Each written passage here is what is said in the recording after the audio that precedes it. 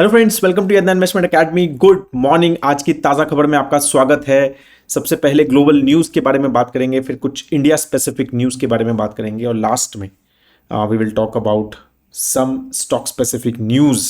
वैसे तो सैटरडे को भी न्यूज़ बनाई थी मंदार ने, because Saturday markets for open. तो अब सैटरडे संडे मार्केट तो ज़्यादा न्यूज़ नहीं थी, राइट। वैसे ही थोड़ा सा आई थिंक इलेक्शन का सीज़न है, तो इलेक्शन की ही न्यूज़ बहुत ज़्यादा है और जो थोड़ी बहुत जो बचता है। मैं आई वॉज वॉचिंग कल CNBC मेजरली की, मैंने कहा मेरे को बनाना है मंडे मॉर्निंग का वीडियो, तो I will look for CNBC। तो उसमें भी अंबानी फैमिली की मेजरली उनका प्री वेडिंग के ऊपर ही मेजरली न्यूज़ था। ठीक है, तो स्पेसिफिक कुछ बहुत ज़्यादा न्यूज़ नहीं है, बट ग्लोबली में कुछ इंटरेस्टिंग न्यूज़ है। We will talk about that. ठीक है, उसी से स्टार्ट करते हैं। सबसे पहले अगर हम बात करें, और नॉलेज सेक्शन है लास्ट में, राइट, तो थोड़ा देखना उसको, और थोड़ा इंटरेस्टिंग है आज। तो सबसे पहले बात करेंगे ऑयल की। तो मेजरली ओपेक प्लस की मीटिंग हुई ओवर द वीकेंड, राइट। तो अगेन वही चीज़ जो एक्सपेक्टेड थी कि ऑयल कट्स जो हैं वो प्लान कर रहे हैं, and 2 million barrels per day.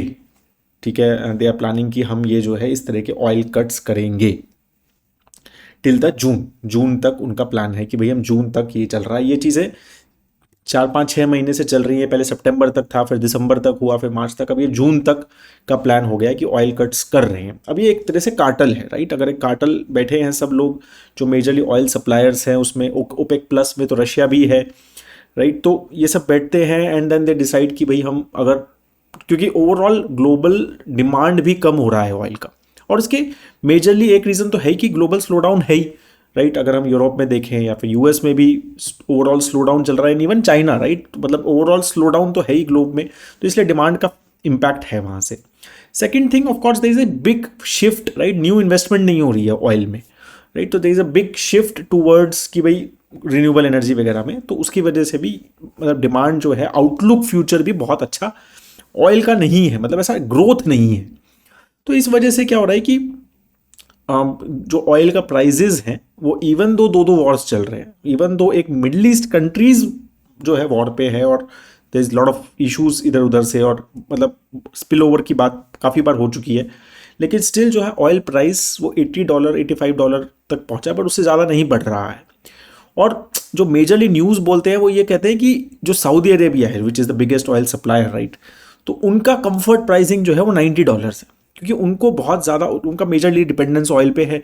तो they want to develop there Saudi, मतलब आपको पता ही है कि there is lot of investment which they are doing, मतलब दे वांट टू मतलब move away from oil dependence. तो उसके लिए अभी उनको ऑयल प्राइसेस हाई चाहिए, ताकि ज़्यादा से ज़्यादा फॉरेन एक्सचेंज आए और उसको वो बहुत ज़्यादा इन्वेस्ट कर पाएँ और नई नई चीज़ों पर फोकस कर पाएँ।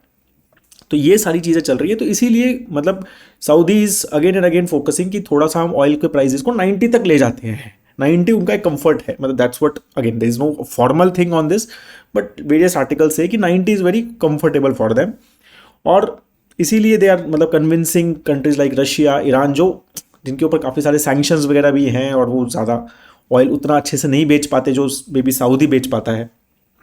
तो उनको कन्विंस कर रहे हैं, इराक पे कन्विंस कर रहे हैं कि भाई तुम भी कट करो, बट वो इतना सिग्निफिकेंट बोल रहे हैं बट कट हो नहीं रहा है, राइट। तो ऑयल जो है जितना प्रोडक्शन कट का बात हुई है वो उतनी हो नहीं रही है, तो इस चक्कर में ऑयल प्राइसेस इतने गिरे नहीं, या बढ़े नहीं, सॉरी, जितने वो इवन तो वॉर वगैरह की वजह से भी जितना एक्सपेक्टेड था।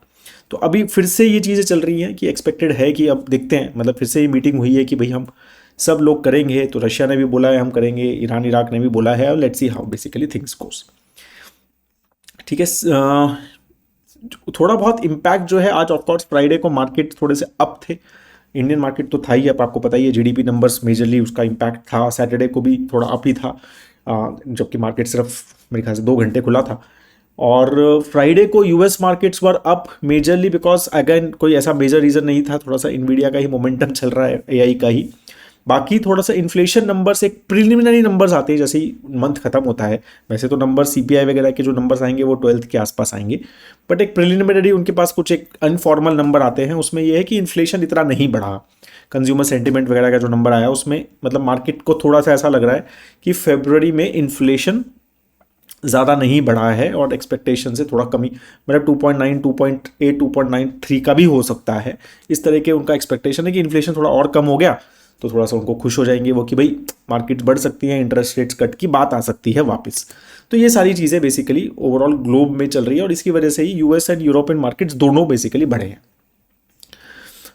इंडिया स्पेसिफिक न्यूज़ के बारे में अगर बात करें तो ऑफकोर्स सबसे बड़ा जो न्यूज़ था फ्राइडे को ही, उसको थोड़ा सा मैं एक्सप्लेन करता हूँ। वैसे तो वो बात हुई है हमारी सैटरडे की न्यूज़ में भी और फ्राइडे की न्यूज़ में भी एक्चुअली, राइट, कि भाई Q3 जीडीपी, राइट, उसका जो डेटा था वो 8.4% था। उसमें फिर जीवीए के ऊपर काफ़ी डिस्कशन हुआ।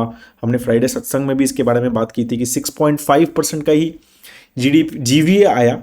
GVA basically is GDP plus tax, sorry, GDP minus tax plus subsidy, right. तो ये था कि भाई सब्सिडी कम हुआ क्या जितना वो था, या फिर टैक्स बहुत बढ़ गया, तो इसके नंबर्स नहीं हैं। बट यही एक्सपेक्टेशन है कि शायद सब्सिडी जो है थोड़ी कम हुई है और या फिर टैक्स के नंबर्स काफ़ी अच्छे आए हैं।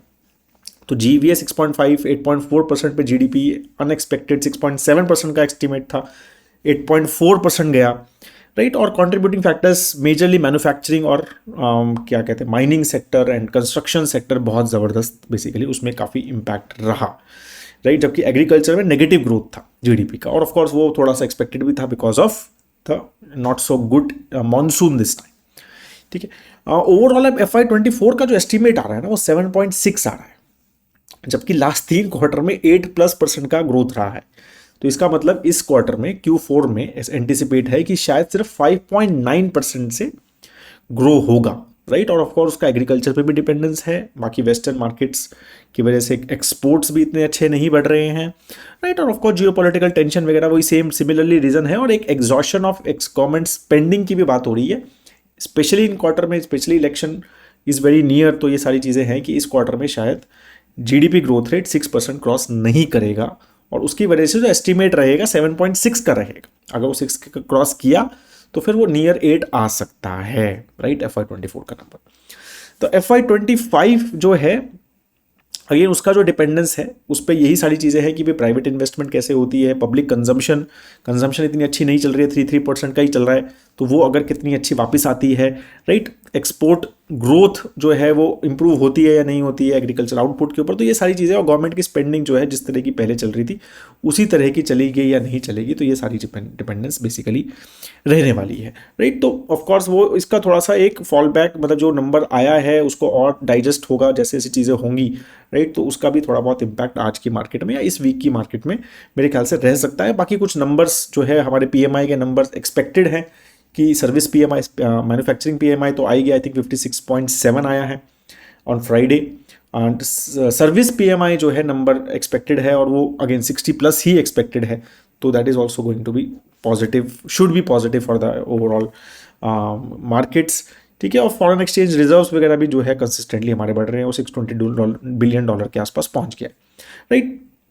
तो और बाकी फॉरेन इंस्टीट्यूशनल इन्वेस्टर्स कैसा पैसे डाल रहे हैं, राइट, उस पर भी डिपेंड रहेगा, क्योंकि फरवरी में भी पॉजिटिव आया है FPIs का नंबर, जबकि अगर आप जनवरी देखेंगे तो 25,000 करोड़ रुपए निकाले थे फॉरेन इन्वेस्टर्स ने इंडियन मार्केट से, और लेकिन फरवरी में एटलीस्ट पॉजिटिव रहा, 1539 करोड़ रुपीस इन्वेस्ट किए, right. So they were back in positive in February. तो ओवरऑल ग्लोबल मार्केट्स के सिनारियो वगैरह के पर्सपेक्टिव से how these foreign institutional investors invest, उसके ऊपर भी थोड़ा मार्केट इस वीक और इस मंथ जो है वो थोड़ा बहुत इम्पैक्ट रह सकता है, राइट। बाकी थोड़ा बहुत इम्पैक्ट कुछ US का 20th को तो वैसे FOMC जो वहाँ पर इंटरेस्ट रेट्स का वो भी आएगा, मतलब नंबर्स भी आएंगे 20th मार्च में, but there are few meetings या फिर there are few speeches which US Fed जो चेयरमैन हैं उनकी होने वाली हैं, उसके बेसिस पे भी मार्केट थोड़ा बहुत पॉजिटिव नेगेटिव US मार्केट में react and accordingly Indian markets में रिएक्ट एज वेल।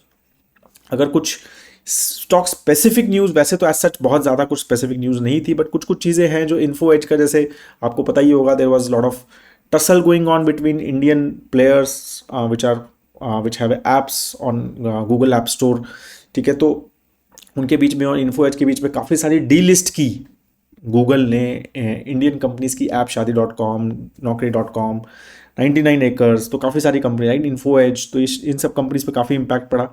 बट अभी इन्फो एज का स्टेटमेंट तो यही आया है कि they are back on the global Google play store and let's see basically अब वो किस तरह के टर्म्स हैं. Government is also getting involve and expected है कि आज जो है Google and government has a meeting also on this.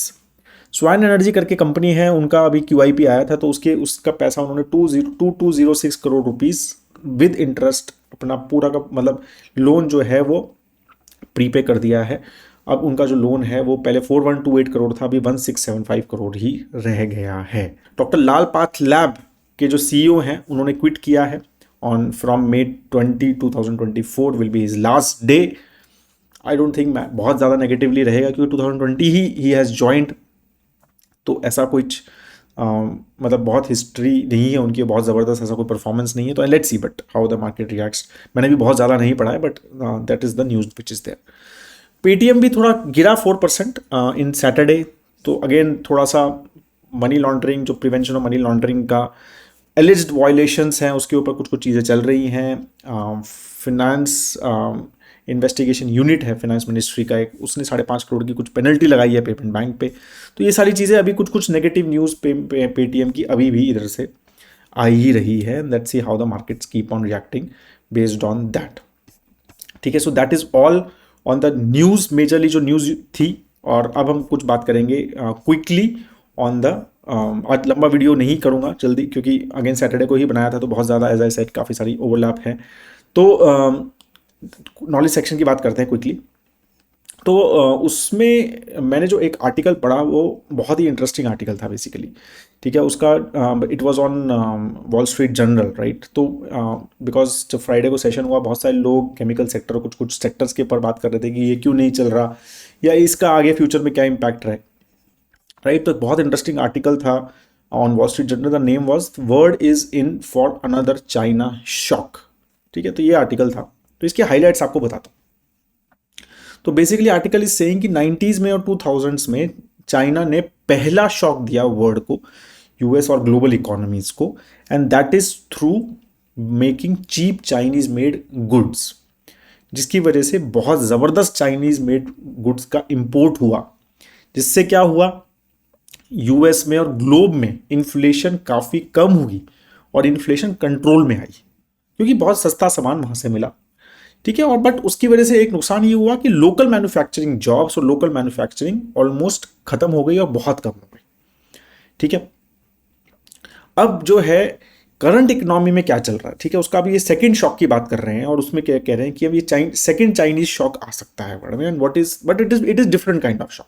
तो what they are talking about, तो दे आर सेइंग कि एक तो क्या हो रहा है करंटली कि चाइनीज इकोनॉमी बहुत बढ़ गई है 2000 अर्ली 2000 से और अब.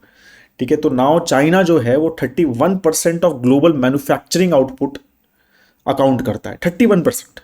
और 14% का सारा एक्सपोर्ट जो वर्ल्ड में होता है वो चाइना अकाउंट करता है. ठीक है, और ये जो है बहुत कम था. एक डेकेड पहले सिर्फ 10% ग्लोबल मैन्युफैक्चरिंग आउटपुट था, 31% ग्लोबल आउटपुट है. तो it is a much bigger economy. Manufacturing progress है उनका ज़बरदस्त. ठीक है, तो ये सारी चीज़ें अभी हैं. अभी ओवरऑल क्या चल रहा है राइट. और एक तो ये है कि चाइना की overall economy is slowing down right. और रियल एस्टेट सेक्टर की बात कर लो या फिर ओवरऑल जो है, तो ये चाइना की जो इकोनॉमी है वो स्लो डाउन कर रही है. उससे क्या हो रहा है, ठीक है, एक तो ये चीज़ है. सेकेंड ये है कि because of the geopolitical reasons and everything, lot of country जैसे US ने भी काफ़ी सारे कंट्री जो है अलग अलग तरह के सैंक्शंस या फिर अलग अलग तरह के इंपोर्ट ड्यूटीज़ लगा रहे हैं. जैसे इंडिया ने भी लगाई है, US ने भी, यूरोप ने भी, कि भाई हम चाइना से ये जो क्रिटिकल सामान है ये नहीं लेंगे हम राइट. जैसे सेमीकंडक्टर्स वगैरह पे काफ़ी सारी चीज़ें चल रही हैं राइट. तो उसकी वजह से क्या हो रहा है, काफ़ी सारे लोग जो है चाइना से सामान मतलब आर्टिफिशियली बंद कर रहे हैं लेना. ठीक है, सामान है अवेलेबल, सस्ता भी है, लेकिन इंपोर्ट ड्यूटी लग रही है, ये लग रहा है, वो लग रहा है, तो उसकी वजह से वो सामान नहीं आ पा रहा. ठीक है, अब क्या हो रहा है कि पहले क्या होता था ऐसे सिनेरियो में चाइना को इंपैक्ट नहीं होता था क्योंकि चाइना का खुद की इकोनॉमी बहुत स्ट्रांगली ग्रो करती थी. जो डोमेस्टिक डिमांड ही इतनी ज़बरदस्त थी कि चाइना खुद प्रोड्यूस करता था और चाइना में यूज़ हो जाता था. तो उनको बाहर एक्सपोर्ट का मार्केट इतना ज़्यादा इम्पैक्ट नहीं भी चले तो उनको ज़्यादा फर्क नहीं पड़ता था. बट अब जो है ये बोला जा रहा है कि भाई चाइना जो है अभी बिकॉज तो खुद की इकोनॉमी स्लो हो रही है और प्रोडक्शन उनकी ज़बरदस्त वापस दे आर मतलब doing lot of production again.